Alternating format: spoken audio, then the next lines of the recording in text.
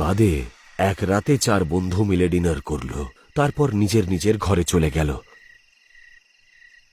মনীষার ঘুম আসছিল না, সেই জন্য ও উঠে বাগানে গিয়ে দোলনার উপরে বসল।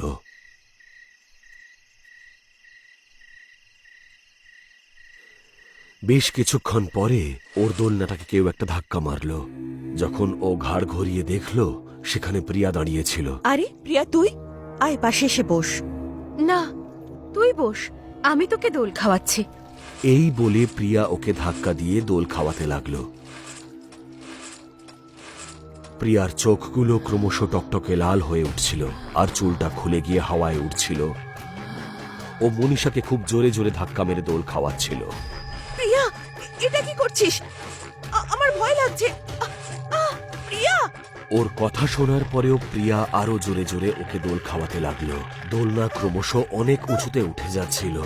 মনীষা ভীষণ ভয় পেয়ে গেল। প্রিয়া, থামা এটা! এই দোলনাটাকে থামা, প্রিয়া!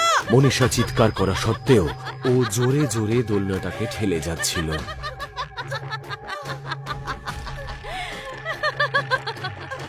তারপর মনীষা নিজে থেকেই দোলনাটাকে ঝাঁপ মারল। ঝাঁপ মারাতে ওর হাঁটুতে বেশ চোট লাগলো।